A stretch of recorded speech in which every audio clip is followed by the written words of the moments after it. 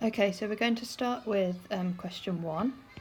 And question 1 today, if you're doing a surface activity, is a third plus a half. So I'm going to record that down. I can see that my denominators are 3's and 2's, so I'm going to be writing the multiples of 3 and 2 to find a common denominator, so I can turn these fractions into fractions above a common denominator.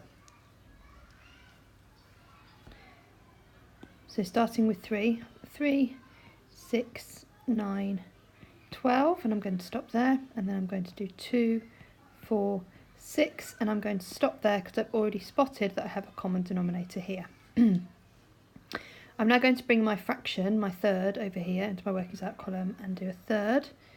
Now I've got 1, 2 multiples to get to this, to turn them into sixths, so I'm going to times both of these by 2, which gives me 2 over 6, because 1/3 is equivalent to 2 over 6. So I'm going to do my equals and do 2 over 6 plus, and I'm going to bring the half over, and there's 1, 2, 3 multiples to get to 6. So I'm going to times these both by 3, which gives me 3 over 6. So I can now see that I'm adding 2 sixths to 3 sixths, and then when I add those together I get 5 sixths. Okay, now question number 2. So I'm missing my 1, 2, 3 lines. I'm doing question number 2 here. Question number 2 is a quarter, add a third. So again, because my denominators are 4 and 3, it's those multiples that I'm going to write down the side over here. So I've got 4, 8, 12, 16, 20, and then over this side 3, 6, 9, 12, and I'm going to stop at 12 because I've now spotted that I've got 12 in both of my sets of multiples.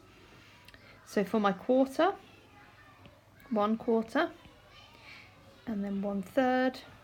So to get to my quarter, 1, 2, 3, to get to 12, so I'm going to times it by 3, and so therefore I'm going to do the same up here. So that's 3 over 12, which means that now I'm working with 3 over 12 plus. So to get from a third, 1, 2, 3, 4 to 12, it's going to be times by 4. So I'm going to do the same here and here. That gives me 4 over 12. So now I can see that I'm adding 4 over 12, which gives me 7 over 12.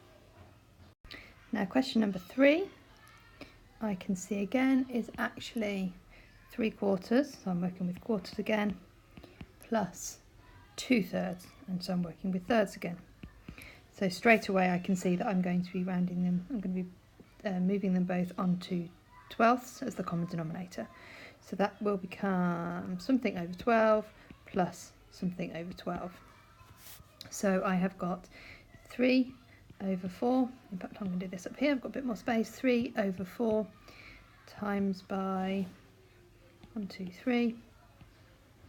It's also times by 3, which will give me 9 over 12, so I can go put my 9 back in, and then I've got my 2/3, 1, 2, 3, 4 to get that to 12, so times that by 4, times that by 4, which is going to give me 8/12. So that is 9, so 8 and 8 is 16, so 1 more is 17, so that gives me 17 over 12. And I can if you want to, simplify that to 1 whole and 5/12.